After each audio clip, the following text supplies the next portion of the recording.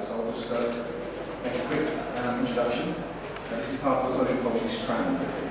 So, big society, broken society, sick society, big questions, who can answer them? Who gets to say how we should behave when it comes to what we smoke, we drink, and we eat? Politicians, nudges, doctors. What can stop kids destroying their own communities? Should volunteering for the greater good be compulsory? Is living life dependent on welfare actually making people morally and physically sick? The Society War Strand, the Battle for Social Policy, produced by Free Share, Martin Shaw and myself, Dave Clements, with issues of ideas at Social Policy Forum. With our partners, the Helen Hamlin Centre for Design. We will be making a collective stab at trying to answer some of these questions. We're starting at the moment with drinking by numbers. Should we count our alcohol units? Where the panel will be considering whether drinkers should be watching their units as dieters count their calories. But this is just one of a number of public health initiatives aimed at nudging people to adopt supposedly healthy lifestyles. We'll also be asking what is the GP's role today? Patients' diet, alcohol intake, smoking habits, weight and level of exercise and efforts to be a doctor's main focus. Our GPs undermining the doctor-patient relationship by trespassing into lifestyle areas previously considered private. Perhaps new public health is pushing that open door though. The summer's riots and the drive to cut public spending inevitably raise questions about welfare state and so-called sick man culture. Is the economic crisis bad for our health, or is there something else going on? In Hanover, Britain has the defence culture made us sick. The panel will consider whether we are talking ourselves into being ill. While we're sitting on the panel doing it for charity, we'll be considering whether the charity sector's current armaments are a consequence of its dependency on the state. Should charities be running public services, or does this compromise their independence as campaigns for social causes and leading groups? Is working in partnership with the state and poison chalice? Number 10's behavioural insight team, otherwise known as the nudge unit, is looking for ways to get citizens to make better lifestyle choices and, like charities, run public services. Making citizens for big society, another session, is less interested in whether efforts to change their behaviour work or not, or whether this sort of thing is any business of government in the first place. Isn't the big society supposed to be about people power, rather than empowering experts and policy wonks? Where they make us yet more dependent by telling us what to eat, how many units to drink, or how charitable we should be. A question that might be asked in each of today's Society Wars debates. So I hope you stay with us for more debates today in the Hemel Gallery. And if you find them stimulating, please do join the Institute of Ideas Social Policy Forum. So I'll hand over to Josie. I'm Josie Appleton, I'm Director of the Manifesto Club. We're a civil liberties group campaign for freedom issues in everyday life. So I have strong opinions on this subject, which I'll largely keep to myself as part of my role as chair. I think that more than anything, we're keen on encouraging discussion around the question of units, because something I was very struck by at public health conferences was the way in which the guidelines of 2 to 3 units for women, 3 to 4 for men, have become very unquestioned, almost achieved a bit of biblical status, and seem to bear quite little relationship to the way people actually drink, or the way that they regulate their own drinking.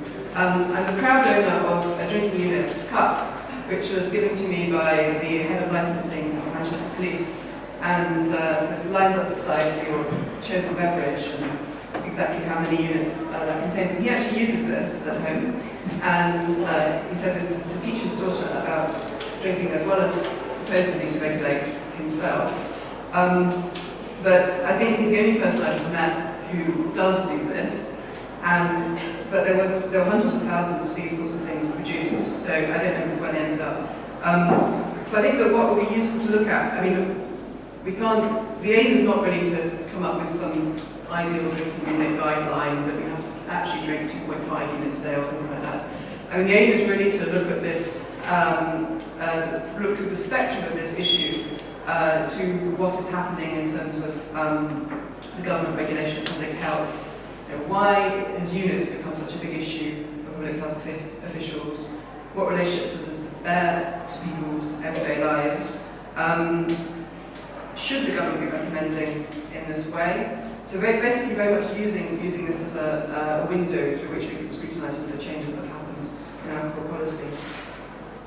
Right, so to discuss this issue, we've got 4 speakers, slightly different to the advertised list due to last minute changes. So first of all, we're going to have Dr. Richard Smith, who's a board member of the Public Library of Science and former editor of the British Medical Journal. Richard was actually on one of the panels that came up with the unit guidelines, and famously said that they were plucked out of thin air. So he'll elaborate on this statement. Then Christine Thompson, who's policy manager at SABMiller for the last 5 years, where she is in charge of UK alcohol strategy and working with international stakeholders. Then third will be Raymond Tallis, who we're very grateful to for stepping in at the last minute in place of Mike Kelly. Ray's ideal for this session. He's been a physician for the past 30 years. He's also a philosopher and written widely on everything from Darwin to the hand. And he's currently a fellow at the Academy of Sciences. And then finally, Dolan Cummings, who's an associate fellow at the Institute of Ideas and also my co-founder of the Manifesto Club and author of the report we published last year on age checks. So people being asked for ID in the supermarket when you're buying a can of beer with your lettuce or whatever. Okay, so with that, we'll kick off Richard. Right, well, good morning everybody. I think it's fantastic that you've turned up to talk about alcohol at 10:30 in the morning. I was tempted to ask how many of you have a hangover. One. But then it occurs to me that probably the people with the really serious hangovers are not here. So I want to begin with 3 stories. So almost 10 years ago to the day, in fact in a month's time, I was rung up by my brother's girlfriend. And my brother is Arthur Smith, the comedian who may be known to some of you. He has a voice very similar to me. And she said he's in casualty with the most terrible pain, something awful has happened to him. And it turned out that he had acute necrotizing pancreatitis, which is brought on both by drinking alcohol over a long time and by binge drinking. And he was admitted to intensive care, where I went to see the surgeon who told me, well, this condition has a 50 to 90% mortality. I mean, that's a tremendously wide range. So in other words, he was more likely to die than survive. He did survive, and he described it subsequently as like having a small furry animal trying to burst out of his stomach. And he went through various kind of iterations, backwards and forwards to hospital. And now he has survived. He doesn't drink at all, and yet he's still the same kind of funny guy. But he is now diabetic. So I've had a sort of personal experience of alcohol almost killing one of my family. And probably a lot of you in the audience have had a similar experience. Then my second story is when I was a student in Edinburgh, a medical student in 1974, and I was being taught to take an alcohol history. It's something that every time you're admitted to hospital, they ask you about your bowels and whether you cough and how much you smoke.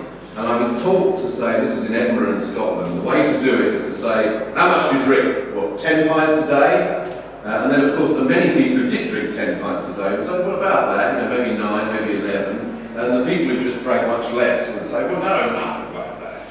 So in other words, you set the limit at something realistic, because otherwise people will tell you they drink much less than they actually do.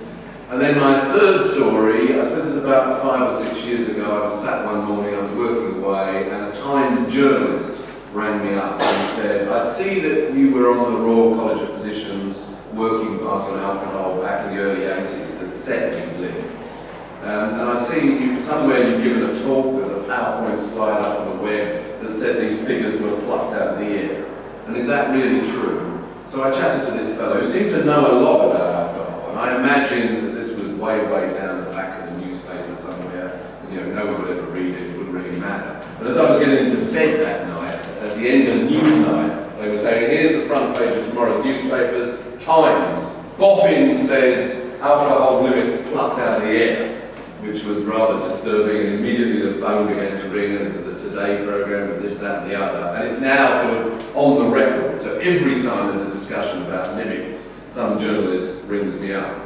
But it is largely true. Well, in fact, it's entirely true. I can remember the debate quite vividly because we were a committee of different sorts of physicians. So there was a cardiologist and a nephrologist, etc. And there was an epidemiologist, David Barker, who was very famous, in fact. And we got round to a discussion about limits, and he said, well, this is impossible. We don't really have the evidence There are many different kinds of effects of alcohol. Drinks all come in different strengths. People are of different sizes, and then, you know, some people are pregnant, some people are taking drugs. So, you know, giving some kind of general advice is pretty well impossible. But he was an epidemiologist studying disease and populations. The physicians on the committee said, well, we can't really say to people we've no idea. You know, that's just, you know, people say, how much can I drink? And we need to say something. And saying, you know, you shouldn't drink at all is not really credible. Saying you should drink less is not very useful if people are drinking 10 pints a day. So what could we do? So we decided that no advice was not possible. Could have tried something much, much more complicated, but that would have been kind of crazy. I mean, as we'll hear, I'm sure, people don't really even understand about the units as they exist. So going for something much more complicated wouldn't have worked. So we reached the conclusion that the best thing to do in the circumstances was to go for something. And I mean, if you look, I looked on Wikipedia this morning where they give you data on many different countries on the different kinds of limits. And there's a sort of pretty well a rough agreement across all these different sorts of countries. So just a few points to make.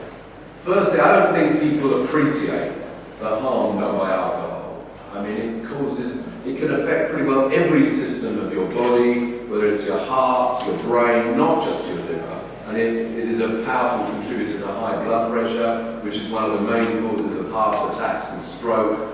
But in the end, on this, although this was the Royal College of Physicians, we concluded that alcohol is really a social problem.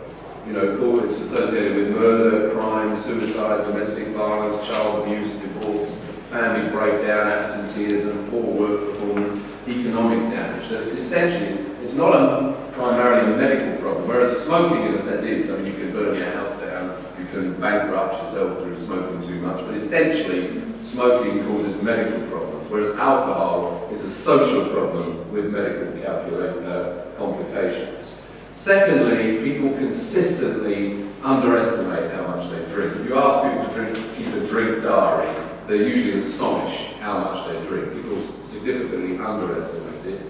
Third point I want to make is that alcohol consumption is going up. It's gone down since 2004. But when I wrote my book on alcohol, and when the College of Physicians was meeting in the early 80s, consumption was about 7 litres of pure alcohol per head. That's how it's kind of measured in a standard way. In the 1950s, it was 4 litres, so it had already kind of doubled almost since then. In 2004, it was over 9 litres, and although it's come down a little, it's still over 8 litres. And this is very important because I think this is actually the best way to think about alcohol. The more alcohol any given community consumes, the more damage and the more heavy drinkers. So I think the best way to think about alcohol is not so much in terms of individuals, but in terms of populations, because there's no doubt Britain suffers an enormous amount of damage from alcohol. But the best way to go about doing something about it is to reduce that consumption. And the most effective way to do that is to raise the price or have a minimum price for alcohol. And that's, I think, the message that I would leave. I think that's the best way to think about alcohol. We can diminish the amount of harm in our community, not so much by giving people guidance, but by thinking about it in population terms. And the last thing I'd say is, I mean, we'll hear from the drink trade in a moment, and what you would like as someone selling alcohol is that everybody was a moderate or responsible drinker and nobody was a heavy drinker. But that seems to be absolutely impossible to achieve. Whatever community you look at, the distribution of how much people drink, if you've got some people drinking a little, you're going to have people drinking a lot. And what happens is the curve goes up and down like that. So more alcohol consumed by a community means more heavy drinkers, more damage. So in conclusion, I think it is worth having units. I think they're not the prime means that the community diminishes the harmful effects of alcohol, but better to have some guidance than absolutely none. And I think to have something very, very complicated would just not be useful at all. Thanks. Thanks, Richard. Great. Thanks, Josie. And thank you to the Institute of Ideas for inviting us to say a few words this morning. I'm not sure if you all know what SABMiller is, but we're one of the world's largest brewers and we make more than 200 beer brands. We've got 70,000 employees in 75 countries around the world, and the beers for which I think we're best known in the UK, which you would know, are Peroni, Pilsner Urquell, and Miller Genuine Drop. So that's just to give you a bit of perspective as to our role in this debate. But with regard to the actual debate this morning, the first point I would make is that from an industry perspective, units are a consumer information issue. And as an alcohol producer, we have responsibility to help consumers make informed choices. And we are fully supportive of both voluntary and mandatory measures which provide consumers with accurate and balanced information. And frankly, talking personally as an employee of an alcohol company, I wouldn't want to work for an alcohol company that didn't take that view. I think it's absolutely right that we are committed to informing our consumers about the guidelines and standards the government sets with regard to responsible drinking. And to that end, we were in fact the first company in the UK to include the Chief Medical Officer's messages around responsible drinking in their entirety on our product labels. And as a matter of course, we include the drink aware logo and web address on all of our marketing materials. So the first point I want to make is that we're absolutely supportive of units as a point of information with our consumers. But the second point, and I think it's the broader issue relating to units and what Josie's touched on this morning, and I think it's the crux of the debate, is whether or not consumers trust the information that they are receiving regarding units. Are they meaningful? Do they make sense? Are they credible? Do we trust the evidence behind them? Along with many other organisations, recently the British Beer and Pub Association submitted some evidence to the Science and Technology Committee, who are doing an inquiry into the evidence base for alcohol guidelines. And the evidence they submitted was based on data from the Office of National Statistics, showing that 90% of people have heard of units, 75% know what the daily units are, but the proportion of people who keep a daily or weekly check on the number of units they drink fluctuates between 11 and 16%. So, you can see there's a discrepancy there. So if they are to be truly effective, there's still a lot of work to be done in order to make them meaningful and, from our perspective, useful to consumers. However, I will say that I do think there are positives associated with units. They're useful for people who, for whatever reason, have taken a conscious decision to watch how much they're drinking. And people are affected differently by alcohol. We're not carbon copies of each other. We've all got different metabolisms, and it stands to reason that alcohol affects different people in different ways. But I think it is sensible to say that unit information does provide a useful reference point for people when they're drinking, particularly if you are drinking drinks that you're not familiar with. If you're used to drinking beer and you decide to drink spirits, you can actually see what the comparisons are. So I think there is a use there. This is my third point, is that we recognise that there is controversy around units. There's no international consensus on what constitutes a sensible daily limit, or indeed how a unit of alcohol is measured. And this is what brings the trust and credibility and evidence issues into play.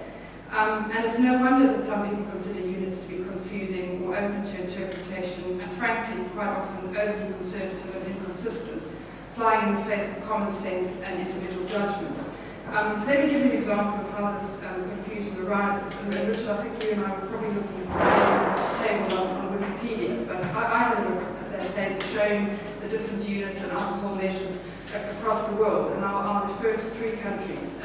In Australia, a consumer is told that a standard unit of alcohol is 10 grams, and the guidelines suggest that for me as a woman, I shouldn't have more than 2 standard drinks or 20 grams of alcohol on any day.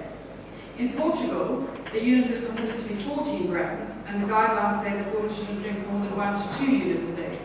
But because the Portuguese unit is 14 grams, as opposed to our unit in the UK, which is 10 grams, a woman in Portugal can theoretically safely drink more grams of alcohol per day there than in the UK, even though it is recommended that they drink less units. So if you're confused, so am I. And I think that is the problem, because information to consumers is all about communicating effectively, and we have to ask the question, is that meaningful? Does it actually bring about a change?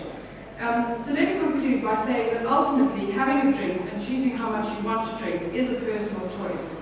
It's first and foremost a matter of individual judgment and accountability, and we are all responsible for judging and knowing how much we can and can't drink, and when we should stop. If we do decide to cut back on what we drink, It's first and foremost our own judgment, which we have learned primarily, and sometimes the hard way, through personal experience.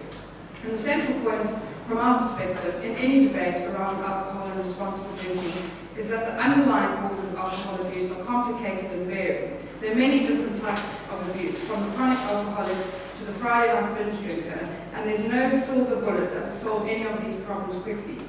Therefore, any approach to tackle alcohol abuse has to be multifaceted and really address the deep-rooted cultural issues around the problem of drinking. So you can give consumers information until they have it up to their eyeballs, but how much an individual chooses to drink remains fundamentally an issue of personal responsibility and a reflection of our own personal circumstances. For example, are we on medication? Are we pregnant? Are we driving? Are we drinking 3 shots of vodka in 10 to 15 minutes? Or are we drinking 2 to 3 beers over the course of an evening with a meal? So units do play a part in reminding us about the risks of drinking too much. But if they don't appear meaningful and relevant to our personal circumstances, their impact will be limited. So the question that I would leave you with, and that I hope we will discuss during the course of this debate, is how can we engage with consumers in a more meaningful way? Labels with units on are good for short, specific messages and warnings, but are there other channels, for example, smartphones, interactive websites like our website called talkingalcohol.com, which can provide more balanced information and which is more linked to common sense and reality? And I'll leave it there. Raymond. Oh, thank you. Good morning. It's easy, we've got essentially 2 quite separate questions. There's a broad social policy question, and then there's a narrow technical question. And the broad social policy question is, should governments be advising people about the health consequences of drinking alcohol? And then secondly, the technical question, is the advice that the present government, and indeed governments across the world, are giving, are they without foundation or plug from the air, to use a famous phrase, quote economics? Let's really with the first question first. Should governments be giving advice, in particular about the damage that alcohol causes? Yes. If only because regarding alcohol, we are bombarded with advice from other sources, whose sole aim is to get us to drink as much as possible, and whose aim is also to gloss over the physical, mental, and social damage caused by excess drinking. We are surrounded by happy images of alcohol showing the sophisticated drinker fully the impressed member of the opposite sex, but no images of a girl throwing up on the pavement, a drunken man beating his wife, and end stage cirrhotic in a liverboard, or the bloody corpse of the victim of a dry drinking accident. Now, the Portman Group was supposedly set up by the booze industry to promote sensible drinking, but I think this is a good example of what the Russian code defined as hypocrisy, the tribute to advice of patient virtue. And it's interesting to talk about the Portman Group as to why it was set up in about 2005. But even if it was sincerely committed to reducing alcohol consumption, it would not make much headway against the 800 million that is spent on pushing alcohol by adverts, glamorizing it. And there's plenty of evidence that advertising works. Why otherwise would hard-nosed booze executives spend hard cash on it? And there's an equal amount of evidence that it works to promote drinking among young and younger still people. And of course, the more booze that is drunk, the cheaper it can be. And the more it can be promoted at ever cheaper prices in different outlets, so the more booze is drunk. If you don't believe that advertising works, count the corpses. What is more, the government has some responsibility to make sure that the resources spent on public services are not squandered on avoidable problems. The billions spent on the health and social consequences of excessive drinking are taken out of your taxes and my taxes. So it's right that we should have disinterested information to offset the information provided by those whose main aim in life is to increase overall alcohol consumption. And let us remember that what is provided is only information. It's simply spelling out the facts, and the suggestion that this is wrong because it will frighten everyone or upset them is more than a little patronising. Don't tell the people the truth, you'll upset them, is not something that many of us would here subscribe to. Free speech allowed or what? Of course, it would be unacceptable if there were advice about things that government bodies have no business advising on. If, for example, the Secretary of State for Health were to give you advice on the best year for Bordeaux, or indeed whether you should choose between Stella and Foster, that would be wrong. And it would also be wrong if the advice were coercive. Drink more than our recommended limits, and we shall put you in the slammer. And that's clearly not what public health advice is about. People are still entirely at liberty to get totally rat-ups as long as they do not drink drive cause an affray, or indeed vomit down the front of a uniformed policeman. Advice is not advice with menacing. Perhaps you're still not convinced. Surely you might say, everybody knows that excess alcohol causes problems. If you drink 16 pints of beer, you will beat your partner before you throw up and wake up in the morning feeling remorseful and poorly. Well, of course everybody knows that. What they don't know is how much or how little alcohol taken on a regular basis is necessary to cause damage and how widespread the damage is. Which brings me to the next question, the technical question, the evidence of the levels of safe drinking. These are not pulled out of the air, as Richard, being quoted out of context, is said to have said. If they were pulled out of the air, it was data-rich air. Indeed, as Richard himself, given a chance to speak in context, subsequently said the figures are in the right ballpark. I'm going to come back to that ballpark in a second. But I want to be a real party pooper and offer you a few facts. There is a straight line relationship between alcohol intake and the chances of cirrhosis of the liver, various cancers such as those of the pancreas, esophagus. Drinking more than 100 units a week, if you're a man, multiplies the chance of getting cancer of the mouth, neck and throat 5 to 10 times, of cirrhosis 10 to 20 times, and so on. Above this consumption, the risk ratio gets higher and higher and higher. Now, in the case of cardiovascular disease, strokes and heart attacks, the relationship is a bit more complex.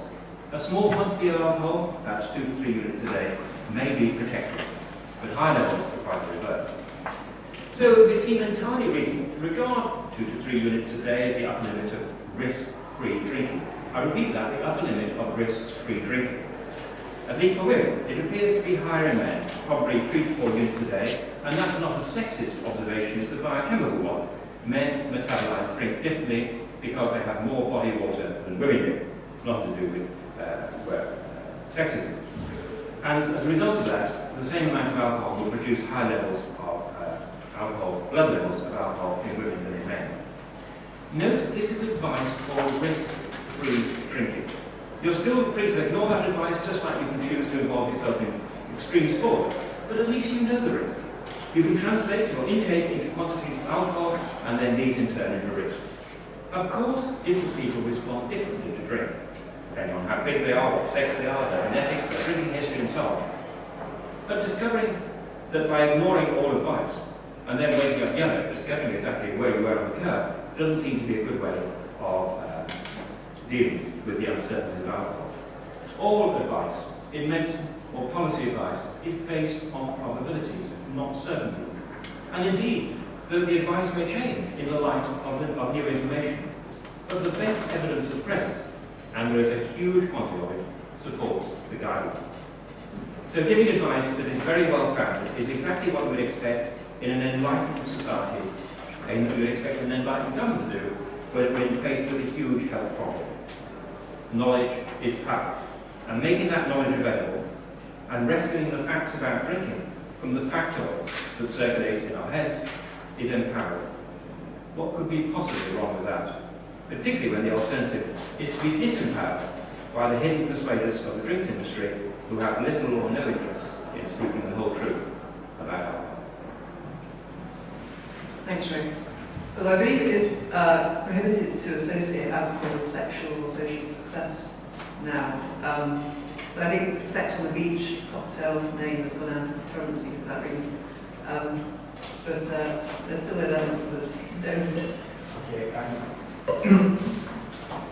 I think that obviously there's a place for alcohol units as a measure, as an objective thing, that's not a problem. And I think that, of course, government informing people about things is perfectly reasonable.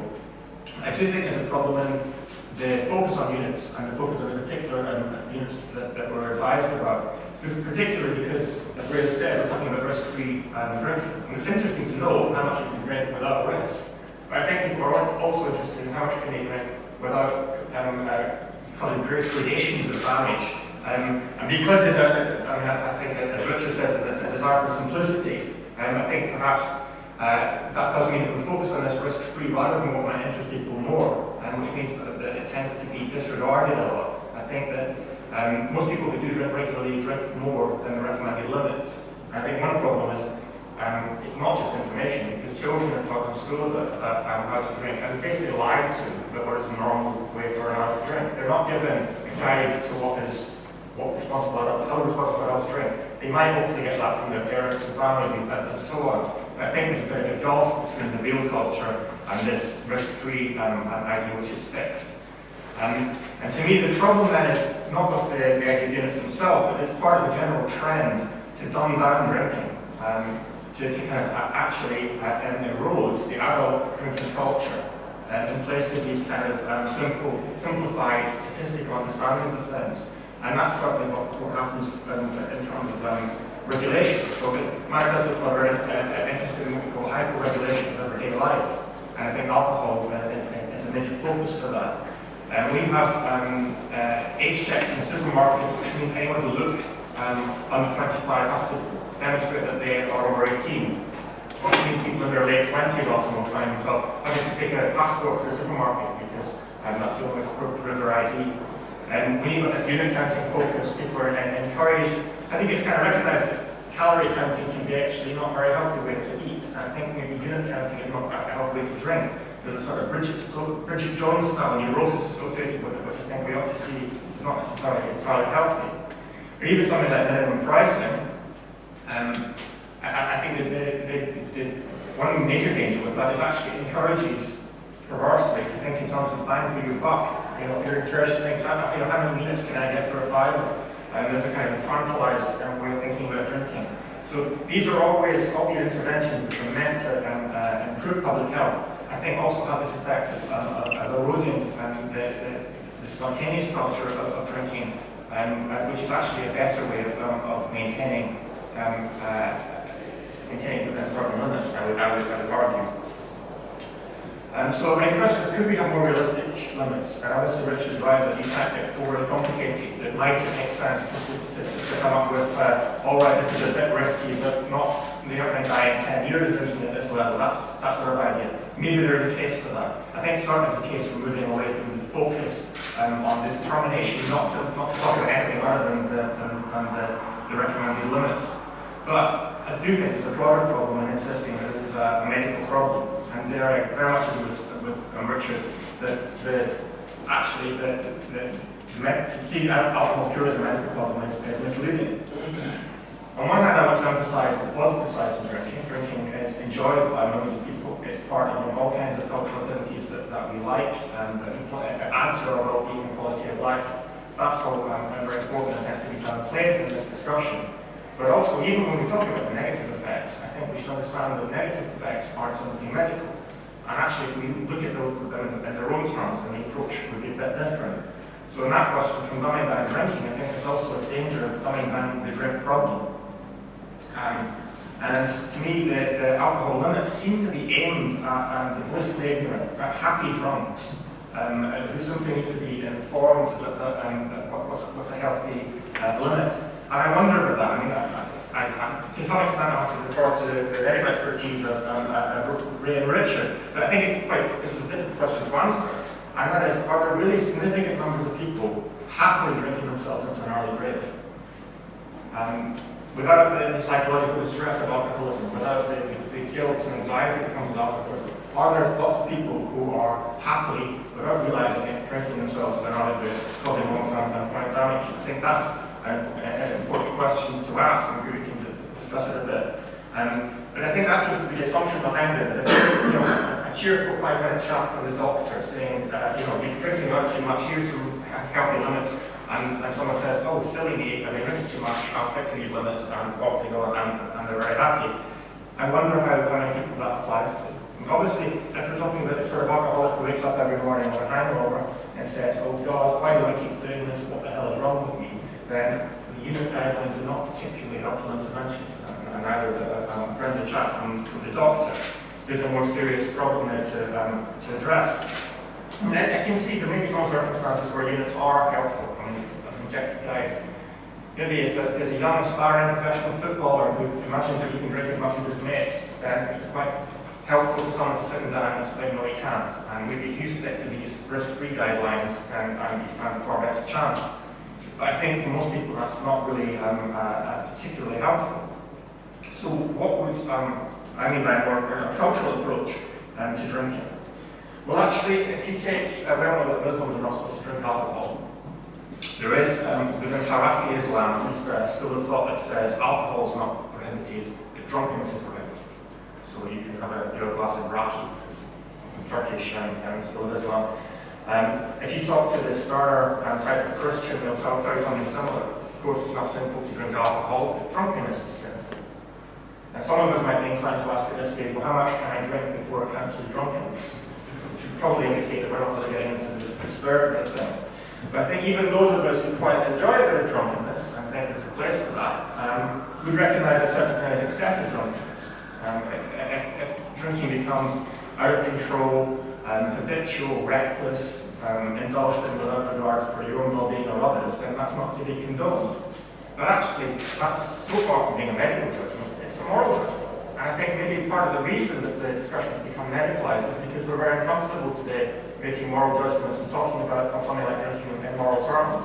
You do have a kind of amped up moralistic element to some of the discussion about broken Britain and so on. But I think in terms of this substantial discussion, there's a tendency to defer to medical rather than making moral judgments.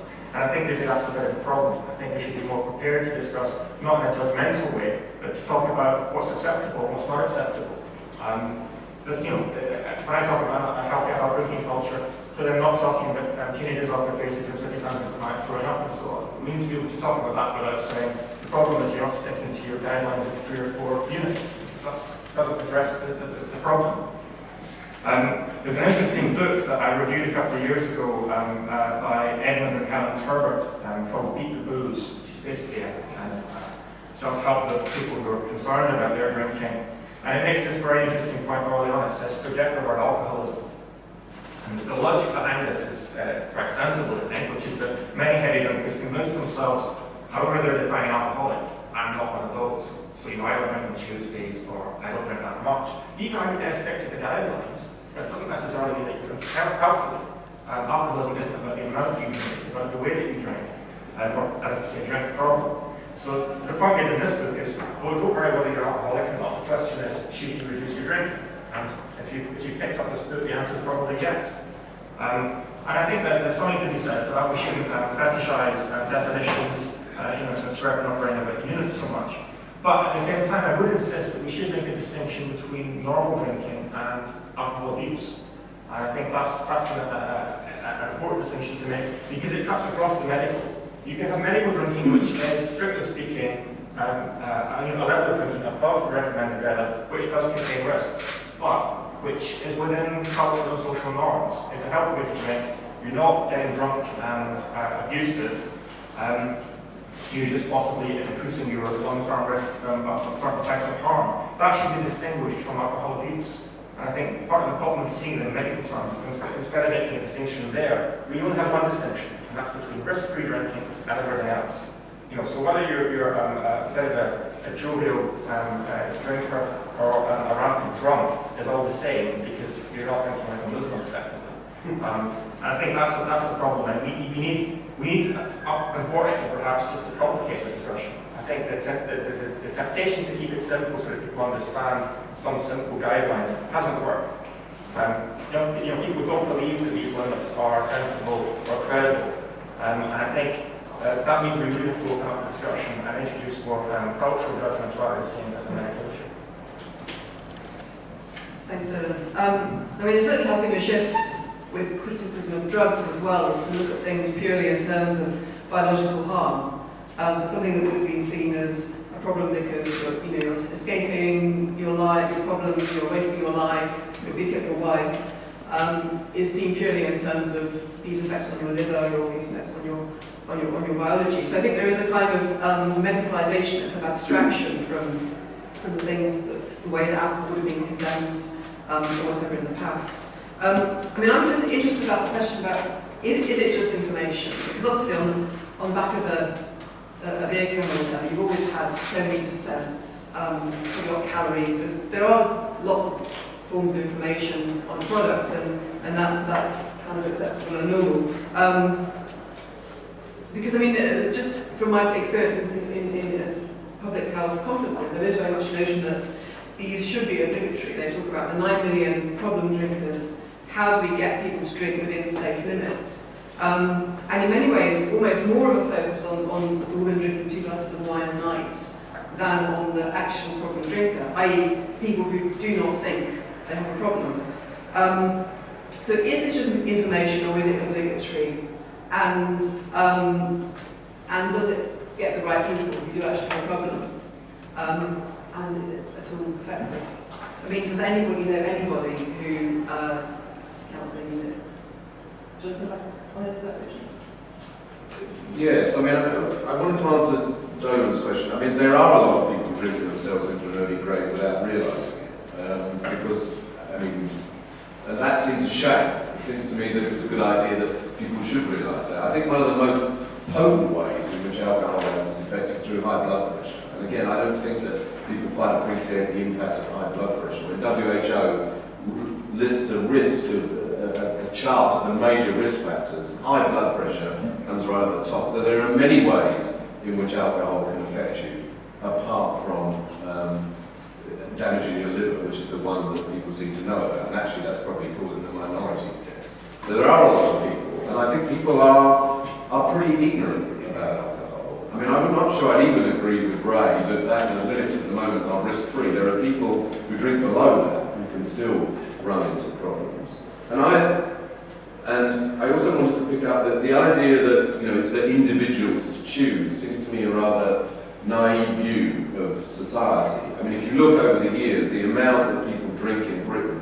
has swung upwards and downwards. From Hogarth's rates of progress when it was particularly high, then went down, then it came back up again.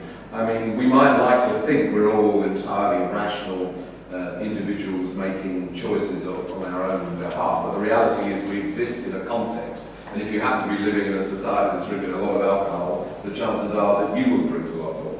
And then I wanted to respond to this point. I mean, there is no silver bullet. There's something fairly close to the silver bullet, which is price. I mean, if you bump up the price of alcohol, you rapidly see the amount of drinking come down, and you rapidly see far less harm. And it's been established time and time again in different sorts of communities. So that's why I emphasise, I think we want it, and I think we do live in a society where there are a lot of people, hundreds of thousands, millions, seriously damaged by alcohol in the huge variety of ways that alcohol can damage people. And it generates huge costs for the health service, and creates all sorts of problems for people living in their families, and people who are damaged by drink. So that's why I think there is every reason to think about this in population terms rather than in individual terms. And I thought you sort of contradicted yourself, though, because I agree with you. Thinking about alcoholics is not a useful way to think, because it leads people to think, I'm not an alcoholic, therefore I can drink whatever I like and I won't suffer any harm.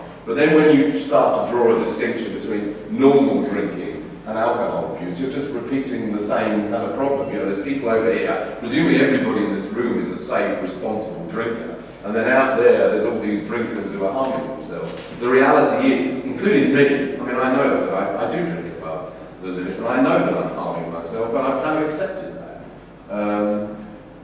But at least I'm informed, and I think a lot of people are not aware that they are damaging themselves through drinking. Right. That one I totally agree with. I mean, in the end, it's reasonable you should be notified about the risks you're taking, and it's totally appropriate you should be well informed about those risks. And I also agree with what Richard said. I don't think any of us have this idea that there are over there that the alcoholics and here that the goodies. It's a straight line continuum. I mean, I hope I made that clear what I said. But I just was very interested in something you said early on in your comments, when you said that spontaneous culture should be our ideal regulator. But Richard's just given you the information about what spontaneous culture has generated from 1950 to 1970 to 1980 to 2. That's a straight line upward curve from spontaneous culture. So there aren't those kinds of constraints built into spontaneous culture. So you do need something from outside. And one of the most important things from outside is information. And I can't understand why people don't regard that as an enlightened thing, why information isn't regarded as incredibly enlightened, the appropriate property of any citizen of a democracy. Yeah, I mean, the alcoholism thing, although I see the logic of the Turbert's argument that we shouldn't segregate between alcoholics and everyone else being all right, I do think it is important to make a distinction between heavy drinking that might be even possibly adding to risks of harm and alcohol abuse. And I think part of the difference is to do with control. You know, if you come to terms with what you're drinking, you know it's not entirely healthy, but you decide that's what you want to do. That's quite different from someone who is constantly in a battle, not knowing how much they're drinking, not having any understanding, not because they haven't been given information, but because they're capable of processing it, because they're not in control of their life. And that's when people are abusing alcohol, because they're not in control of themselves. I think we ought to make a distinction there. And in terms of the culture, a healthy drinking culture does have its extremes, and again, I think Richard must be right about that there are always going to be heavier drinkers. But at the same time, I think there is something to be said for an idea of what's normal to drink. So when you go to the pub on Friday night after work, most people will consume more than 3 or 4 units. I think that's fine. But if they're drinking 20 pints, that's a bit odd. Or if they're anyway home and downing a bottle of vodka, that's not very healthy. But that's not healthy in a medical sense, it's obvious. But it's harmful. It's abusive. It's like uncontrolled drinking, which is problematic. And I think we do need to make that distinction. Another thing just to say about the increase in drinking, yes, you can point to a steady increase, but I think it's a mistake to assume that the cause is the same thing, whatever the cause is. This is just about things getting worse. People drink more now than they did in the 50s. Is that a bad thing? Or is it because life was harder in the 50s? And people didn't have the leisure, didn't have the disposable income to drink as they later did. There comes a point, also women drink more than they did in the past. Is that entirely a bad thing, or does that have something to do with women having freer lives and more independent? So to some extent you can point to increase in the amount of people drink, and there may be good elements to it. Obviously there comes a point where you can say, look, people are drinking very high levels and it's causing harm. You know, the Soviet Union and post-Soviet Russia, clearly that wasn't just about people enjoying themselves with a drink. You can point to clear examples of that where you can say there's a social problem here. But I think it's a mistake just to see increase or decrease in straightforward positive and negative terms, because there can be positive and negative relations to that. The other, Northern Ireland was another place where there was an increase in drinking since the end of the conflict. And actually I don't know that that's two explanations. One could be people are drinking more because there's rundown communities without a sense of purpose. One could be that they're not feeling under conflict and they feel that they're able to live with it. The figure itself doesn't tell you which of those we're talking about, so that's why I think it's difficult to have more cultural debate. Okay, take Christine, and then we'll come out to the audience for questions. Okay, thanks, Josie. There's a point that I want to make, and I mean, I'm going to make it because I'm from the industry, but I'm also going to make it as well. I'm quite a sensible person in the sense that I think the debate this morning has been really focused on alcohol abuse and all the negative issues associated with alcohol. And as an industry person, we don't want to underplay the problems that are caused by alcohol. I think, it's very clear that people who abuse it, there's problems, and that, it's going up the agenda as an issue. So I'm not in any way wanting to underplay it. But I think one of the things we haven't really touched on this morning is that alcohol and drinking is actually also associated with happiness and celebration and relaxation. And, I think there's a problem when the entire debate around when we go out for a drink becomes set in whether or not we're abusing alcohol, and it kind of loses the whole common sense approach. So I agree, we know that there's a lot of harm done by alcohol, but let's not demonize the whole industry. Let's not demonize the fact that there's a lot of cultural relevance to it, there's a lot of sociability. You just have to look at British pubs, you just have to look at the heritage in many parts around the world. Beer, for example, is just part of social life, weddings, celebrations, relaxing after a hard day of work. Let's not lose sight of that. And just in terms of the comments around advertising, saying that the industry is looking to make underage people drink. There's no evidence at all to show that advertising actually encourages people who wouldn't otherwise drink. I mean, it's more part of competition between brands.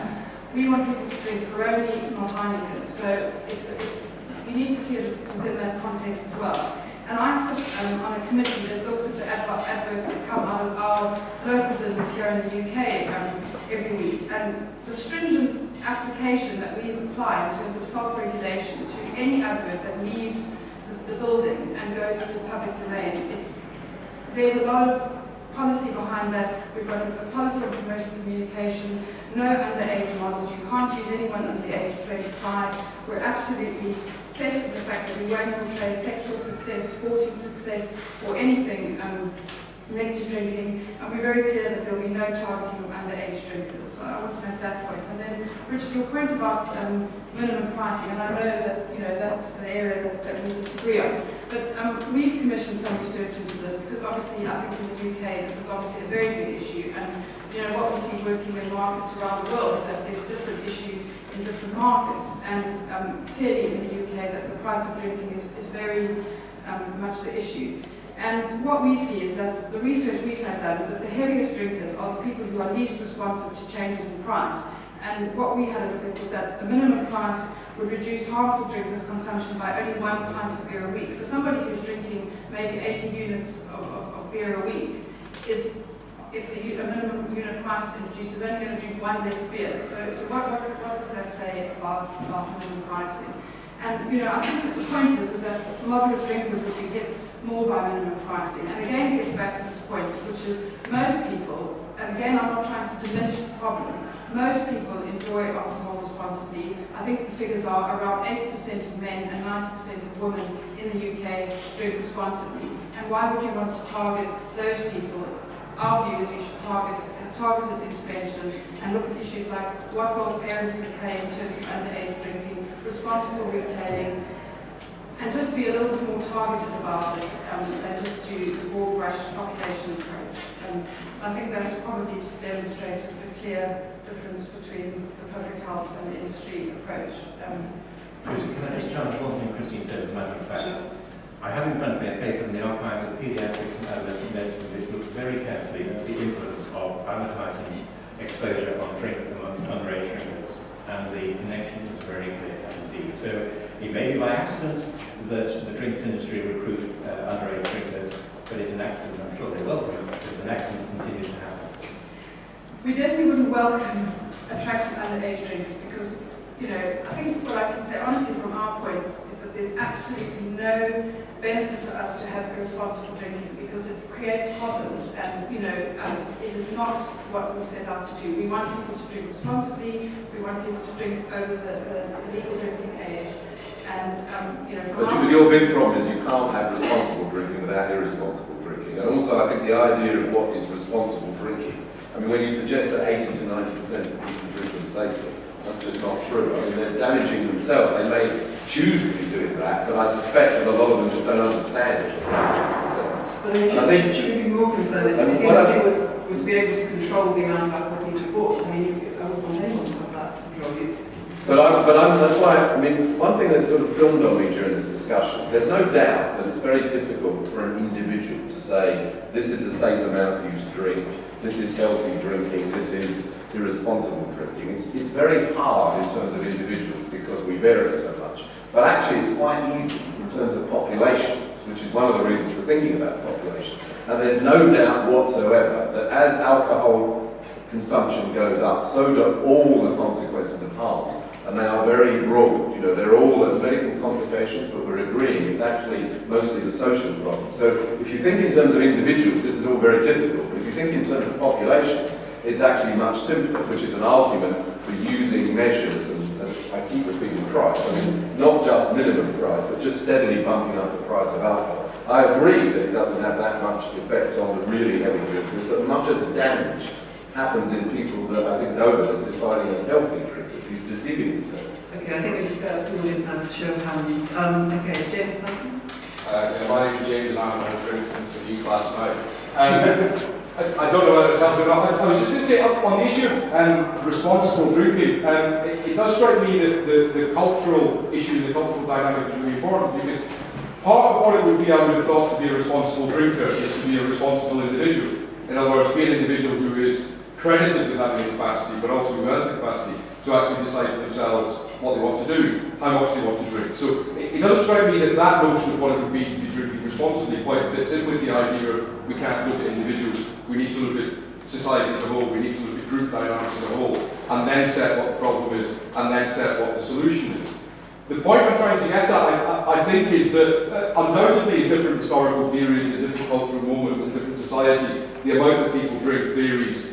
In people's everyday lives, the amount that they're going to drink, the reason that they're drinking varies. What strikes me is that we kind of culturally encourage at the moment a sense of drinking as a problem, a sense of drinking as something that we need to manage and look at medically in terms of measurements. And what we don't look at is actually the extent to which drinking can be part of quite a pleasant cultural life. Drinking can be part of going out and socialising with friends. When it comes to young people drinking, you know, the idea of underage drinking, most people start drinking under the legal age of drinking, I would have thought. That's when you start drinking. It can be a rite of passage. It can be about being introduced to an adult world where people drink and socialise together. And it can be about being introduced to what it is to have a few drinks and to not fall about and vomit. You know, what it is to get a bit tipsy and to not behave like a tit. You know, is what I'm saying. And on the other hand, it can also be about what you do when you go out and the whole point is to get drunk. In other words, a quite infantilised, childish culture. And there's a sense in which my concern is that the obsession that we have at the moment about drinking and the way we focus the whole problem assumes actually that most of us are not responsible, assumes actually that most of us are not adult, assumes that most of us can't be left to our own devices to make those kinds of decisions. But as a result, therefore, might actually fuel and further influence a dynamic in culture where people behave quite irresponsibly, where people don't take control of what they do, where people don't take responsibility for those kind of things. So in other words, the whole focus of the discussion might lead to a further problem. As it happens, changing a culture is going to be hugely difficult, but one can't change a culture, I don't think, by advice. People don't drink because they think, oh, I'll have a glass of wine tonight, that'll be good for me. You know, so similarly, you don't not drink because you think, oh well, I've had this many units yesterday, so I won't have them today. I suspect most people don't do that. Most people drink for lots of different kinds of reasons and things going on in their life, and therefore the whole cultural dynamic is one that shifts with different social pressures and different social forces. But the actual question of whether or not people can decide for themselves what they want to do with alcohol, I would have thought is something that would be good to encourage. But that depends upon not assuming we need to coerce them out of it with minimum drink prices, or we need to cajole them or assume that they can't take control of what they're doing. Thank you so much. Okay, the lady next to him, and then just anyone else keep their hands up? Thanks. Yes. My name is Emily Waterfield. I'm a journalist in Brussels. That's not relevant to my question at all. It was a comment and a little question. A comment on something that Brendan Tallis said about we have all these images of the successful drinker and one of the woman throwing up on the side of the road. I think if you pick up most newspapers, certainly in the UK, you'll find plenty of pictures of particularly women making complete fools of themselves because they're very, very drunk. A lot of papers pride themselves on those kind of images and will recycle them heavily. I wondered if anyone on the panel has thoughts maybe on this. I think there's a double obsession nowadays. First with the units, and secondly with this people drinking embarrassingly, people making fools of themselves. And I wondered if perhaps the units obsession feeds the second one, when people humiliate themselves. The gentleman just Good morning, my name's Ben McCardle. I work for the Tobacco Manufacturers Association. I'm not here to make any sort of special pleading for tobacco industry, but it's a genuine inquiry. I actually used to work in the NHS until quite recently. If we're looking at, for example, the tobacco industry, which has been had from over the last 20 years, very successful control in terms of reducing consumption through things like lots of work with young people, lots of controlled advertising and health warnings. Although the health risks are different for tobacco, there is no safe limit for smoking tobacco, of course. There isn't, in the same way, the social risks, in the same way there's no tobacco-fueled violence, there's no tobacco-fueled version of drinking and driving. So it's more a question, I think, to the public health-related people on the panel. Surely it's a kind of logical step to apply the tobacco control measures to alcohol measures, surely. Okay, and then just go along the road. Hello, my name's Sean. I'm from Brighton, which has had an imaginative raft of sort of anti-drinking measures done to it.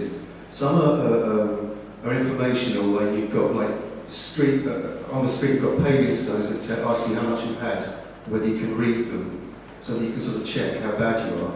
And there's also quite coercive ones where there's a basic sort of public order over the whole town which says how much you can drink, and you can have police or those, I forgot what they're called, the sort of traffic womble types, the community support officers rather, who can come along and take beer off you. This happens to people I know. It seems to me that you can jump from public health information into a very coercive, well, if you won't listen to us, then we'll make you drink less thing, both at a local and a national level. And I think there's a danger in your idea about the population being the important thing, not the individual.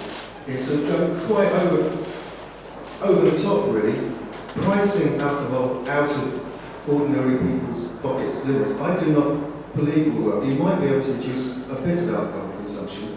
I do not believe you'll reduce many of your problems that alcohol consumption is associated with. It will not stop wife beating. It might have an effect on blood pressure, I don't know, but it won't stop all of the things that alcohol tends to be associated with and it is accused of exacerbating. There are countries where you're not allowed to drink alcohol at all and you still have wife beating, for example. So what I'm saying is it's just living in a town that's been experimented on for about the last 10 years, and all sorts of mad ideas, and also some very silly kinds of campaigns about how to control drinking. Don't you think completely barking up the wrong tree? I mean, you can give people health information, but as soon as you try and move that into some sort of social engineering about how drinking should be done by whom and where, you've crossed over into a whole other area where I don't think actually, it's a bit like medical people talking about advertising. You go too far out of your own field of expertise. Okay, just pass the floor to the gentleman in front and then we'll come back to the panel. Very quick comments. Sam from Appleton, consultant for public health and economics. So I think it's inevitable that we have to have some guidelines around safe drinking because it would be unethical to do so otherwise. The society is paying for the consequences of alcohol consumption. The question then becomes what sort of targeted approach should be taken by public health in order to address these things. And a population-based approach is something we can try lots of places. Rising being an example, Wolverhampton is another example of strategies to try and target alcohol consumption and overconsumption. But this pricing issue has come up again and again. And of course, pricing is a big thing, and consumption would of course go down with pricing, setting pricing. But there is that part of the population which will still be unaffected by changing pricing. And it's that hard to reach group which we have to really think about because they are the biggest cost of society. And it's how we tackle those people that we have to really try and think about. Okay, any quick fire responses from the panel, Ray? I'd like to respond to James' point. Of course, responsibility is a central thing, it lies within the individual. But with knowledge comes responsibility. Knowledge helps you to be more responsible, not less. It's not as if the knowledge itself is coercive. And a gentleman spoke about social engineering. We've got to remember there's anti-social engineering going on from the hidden persuaders of the advertising industry. So actually putting some good information out there is actually a very enlightened thing to do. And we have to remember when we're thinking about the tobacco industry, I reviewed a massive book from the TLS on the history of the tobacco industry's perpetual misinformation about the relationship between tobacco and ill health. They fought to the very end. You will remember the 6 main chief executives of the tobacco firms in the States, all of whom stood up and said that they didn't think cigarettes were addictive. So I think the example of the tobacco industry is very instructive. It tells you what goes on behind the scenes. Yes. Finally, advertising and negative images. Yes, of course we see plenty of negative images, but they're not present in the advertising. Yeah, I mean, I don't like this idea of responsible, controlled drinking. I think we're deceiving ourselves because we all would like to think that we are those people. But the reality is lots of people who would count as, I don't know, healthy drinkers, controlled drinkers, responsible drinkers, are damaging themselves. I don't think people understand that. And that potentially is a problem with the units because it sort of gives you the impression if you drink below that, you're fine. If you drink below it, something happens to you. But most of the people that have spoken seem to have in their idea that there's some other kind of drinking that's between, is above the units but is somehow healthy. But I think that's a myth. And the other thing we have to understand, particularly when it comes to controlled drinking, this is a powerfully addictive substance. It doesn't happen that one day you can't control it. What happens as you drink and drink, you tend to increase, and you reach a point where you can no longer control your drinking. So I think we have to use the word addiction, but this is an addiction. Going back to, I agree absolutely that it's very hard to change culture, and culture changes in very unpredictable ways. But it isn't hard to reduce alcohol consumption. We know that price does that, and it's not a matter of opinion that if you increase the price of alcohol, A, the consumption goes down, and B, the amount of harm goes down. That is established time and time again in a whole series of different communities. It isn't something you can have an opinion on. You need to look at the evidence, and the evidence, I think, is extremely convincing. And that's what, the reason that tobacco consumption has come down is primarily because of price. We know that education doesn't work very well. We know that banning advertising doesn't even work that well. It has a kind of symbolic value.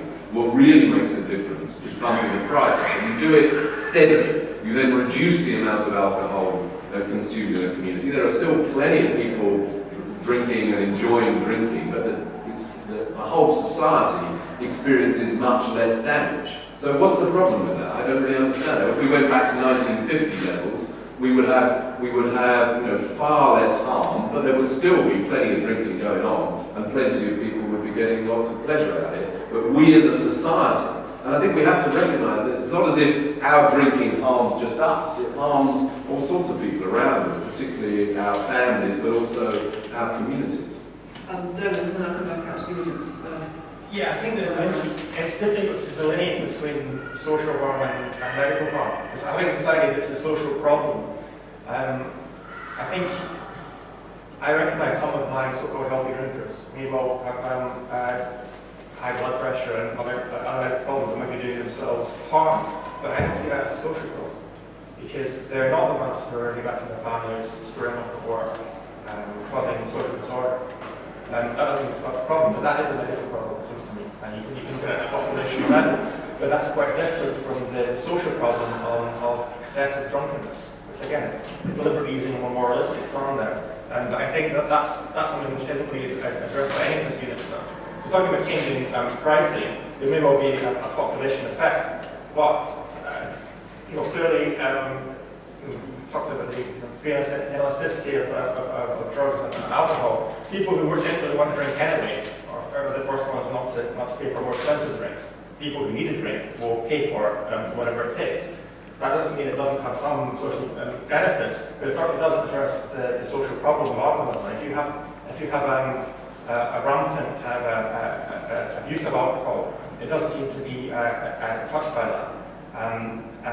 Like other measures, seem to be almost a distraction from that. If we're talking about it in purely public health terms, population level, we're not really talking about the social problem. I think we need to have more of an honest discussion about that.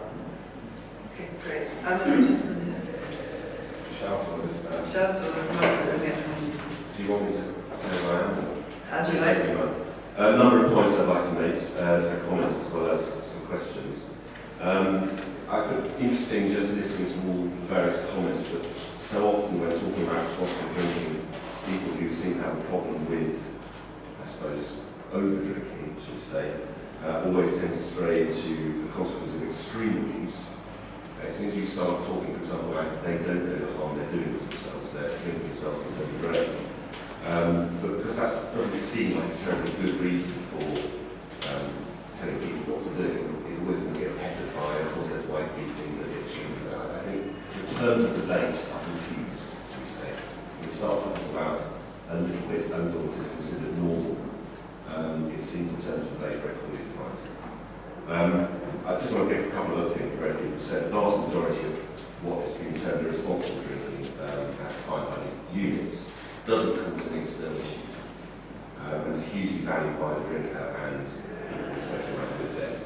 In fact, I'd argue it makes life worthwhile, and I think people are very good at trading off the short-term benefits versus long-term problems. I think this is often, I don't think that is really talked about very much. It's a very balanced debate. Comment about drinking ourselves was an early grave by the expression about whether was it a day as a lion and a lifetime as a lamb, and also reminds me of something that's from your program when it's songs fitter, healthier and more productive, a pig with occasional antibiotics. talking about this idea of these productive lives that I didn't realise we knew when we were going to die. So we found it back from that. Just a point to Ray, so I don't think you have a copy, but you mentioned that you worked at a Portland group doing anything. I don't know if you realised that Henry Ashworth, who was head of Alcohol the Nudge Unit, is now CEO there. I think the other day he had a very strong set of opinions about what he wants to achieve there. Advertising, I agree with what the lady here said, that it doesn't encourage people more, it's simply about brand share. I don't think the amount of people drink is really fundamentally derived by what the industry does, it simply reflects that. And lastly, I think probably the most important thing, I've been looking at this quite a lot recently, the quality of information on harm is extremely poor and extremely contradictory. I've spoken to people at WFTA, the Portland Group, NHS, the Royal College of Physicians, and they all have extremely contradictory information. No one seems to agree on the definitions of harm, what constitutes harm, and how they go about taking the statistics out. Thanks very much. The lady there. I grew up in rural Ireland, Catholic background, poor, all that stuff, and it was very normal then when we were, what happened after we got baptised? Later on, forgotten. Confirmed, thank you. You take the pledge, when you're confirmed, you take the pledge and you vow to abstain from alcohol for 24 hours for the rest of your life. And we took this very seriously because we understood that alcohol was a terrible thing and you lose all inhibition and be a bad person. And obviously there were a lot of problems with alcohol in rural Ireland, and more than anywhere else. So that induced this thing of guilt, I think, into a lot of people around alcohol. And I still remember the first time I took a drink when I was 18 or 19, and I thought I was going to hell and back again. But I got over that. But I say that just because it reminds me now of what it is like to go to see a GP. Because to me, the GP has almost like replaced the priest who kind of watches over your every move. You go to a GP consultation now, and they will ask you a question about your lifestyle before they get to the issue that you go there to get addressed. And they will ask you how much you drink, and invariably you lie, because you know that you don't tell the truth about how much you smoke and how much you drink. Because people don't know that judgments have been made about them, not just in terms of how their health is being affected, but their lifestyle as judged by a GP these days, who is almost, the new religion in terms of public health. They are the voice of the people who determine how we should live our lifestyles. And I think that is really unfortunate, because the very people we can talk about this hopefully a bit later in the GP session, but the very people you should feel that you can tell the truth to, you don't have to hide information from, because you know that they will make judgments on you, and the worst excesses, if they believe it may not prefer you to have medical treatment you might need, if they think you're drinking too much or you're overweight or whatever. So that this whole thing about control, it seems like the state is more control over us than we do ourselves these days. So there seems to be a real problem that this drink agenda has created, and we're not really beginning to address. And of course it is encompassed in this nudge agenda that's coming out from the government. It's a big part of their orientation to encourage us, to nudge us into making right choices as they determine what the choice should be, as opposed to what we should determine. Thanks so much. So the lady behind you. Thank you. I've worked as a social worker for 40 years, increasingly in adoption, and we're having this is about one small area that's affected by alcohol, but I think it's quite significant. We have increasing numbers of children born with fetal alcohol symptoms. Fetal alcohol syndrome affects the look of the child, and their development and their behaviour, and we don't know for how long these things will go on affecting it. It's therefore very difficult to place them with adoptive families. I've spoken to various people about this, not least in a session similar to this a couple of years ago. They were reluctant to take on board going anywhere near advising women when they're pregnant to stop drinking. I've spoken also to a friend of ours who was president of the Royal College of Paediatrics. She expressed her horror at having to see women come in antenatal classes, knowing they were drinking, knowing the fetus was being harmed, knowing that the outcome would be these children with all these problems. Now, on the whole, I totally agree with having as least amount of regulation in life as possible. But I just wonder whether the panel or anybody else here has got anything they could contribute to how we might get a grip of this problem. It does bear a little on the sort of killjoy aspect of now it's acceptable for the girls to go out drinking with the boys. Now, bloody hell, we've got to think about this as well if we're pregnant. I just wanted to anybody have any ideas how we might try and go through on it. Great, thanks very much. A quick comment from this gentleman here, then we'll come back to the panel for 1 minute each to close. Yes, you. Okay, just like to say a few points. If knowledge is the key, and we sort of account for the high levels of, I think, good behaviour amongst doctors, which I think still persists. I think regarding the minimum pricing, I think it does have I think it would have an effect, but I think that it would be in a liberal measure. I think that taxation should be linked to the amount of harm that something such as alcohol does. I agree very much with Dora's point about the fact that it would be a bit more honest if we used some sort of moral language politically when debating these matters rather than actually giving it a kind of faux scientific basis.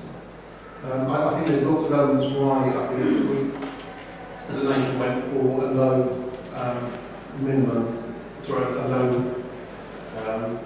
guideline.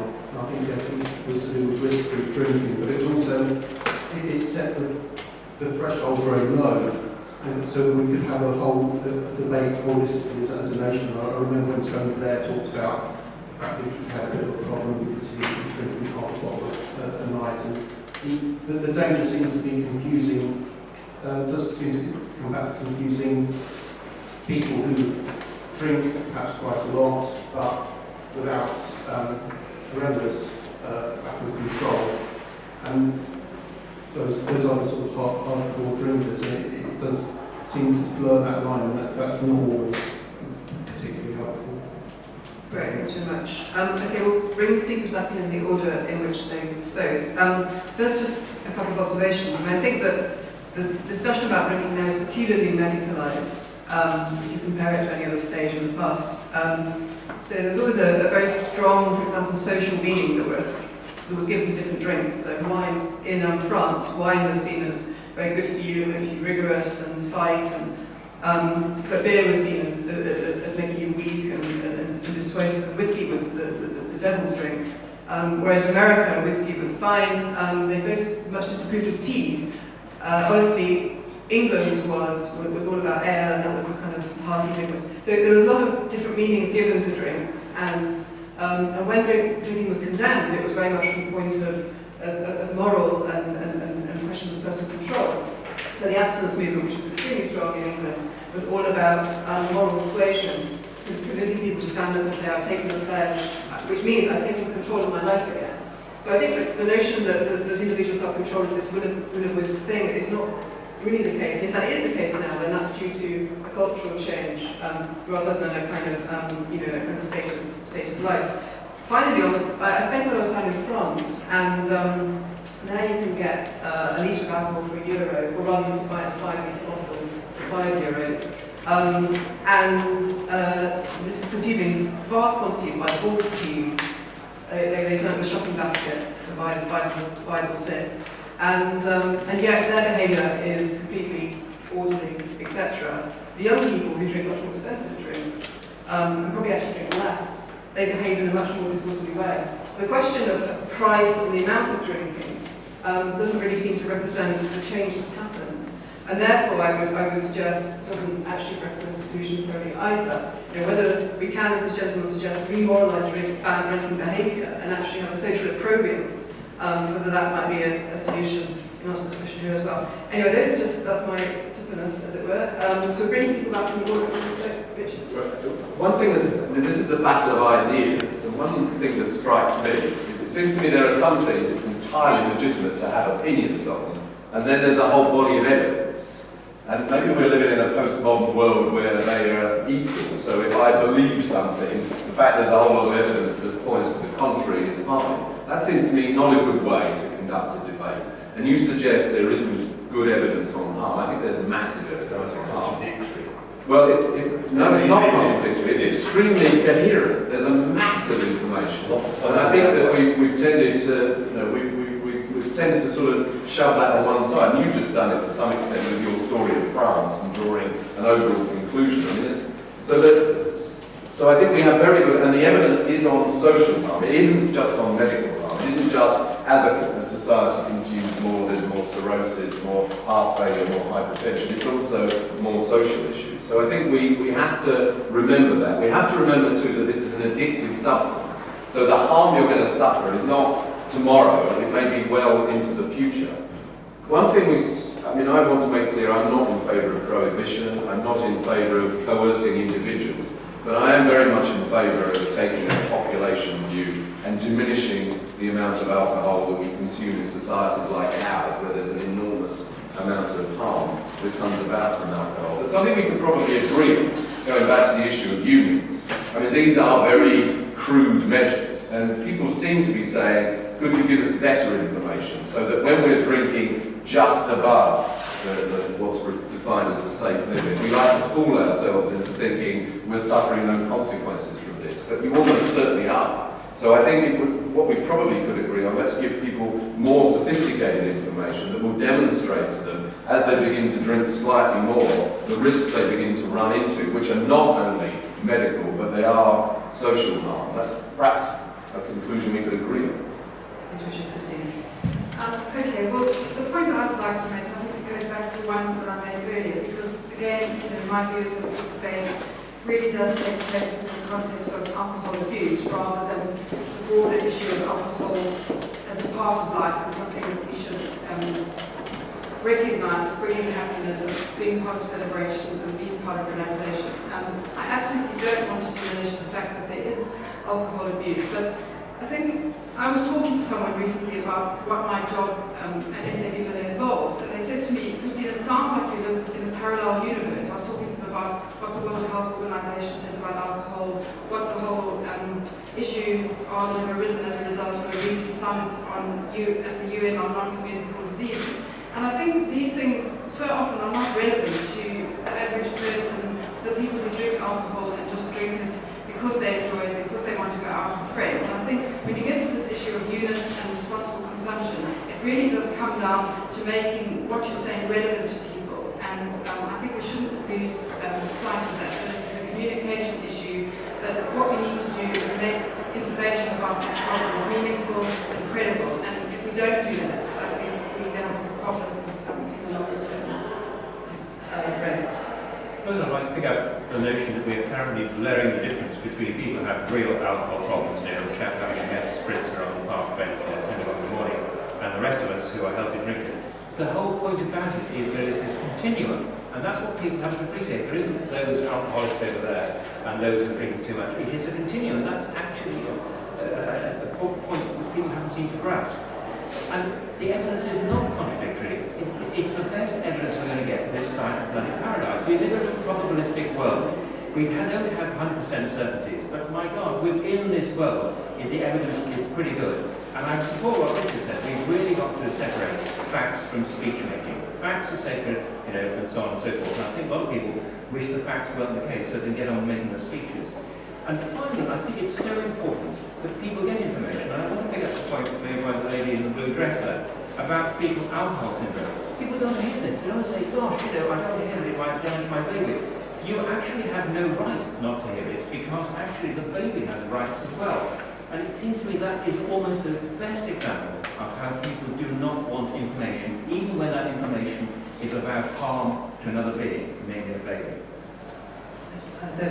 Okay, I would want to insist on a distinction between alcohol abuse and drinking may be medically harmful, because one is a moral thing and one is a medical thing.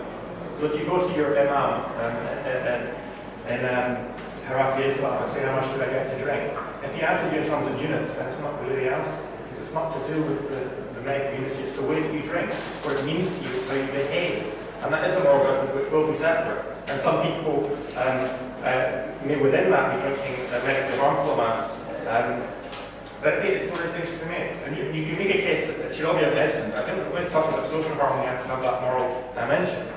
And I think that we do have to be heedful of evidence, obviously. But then I'm sceptical of evidence about social harm, because social harm is not something that can be measured as straightforwardly as pathology and death.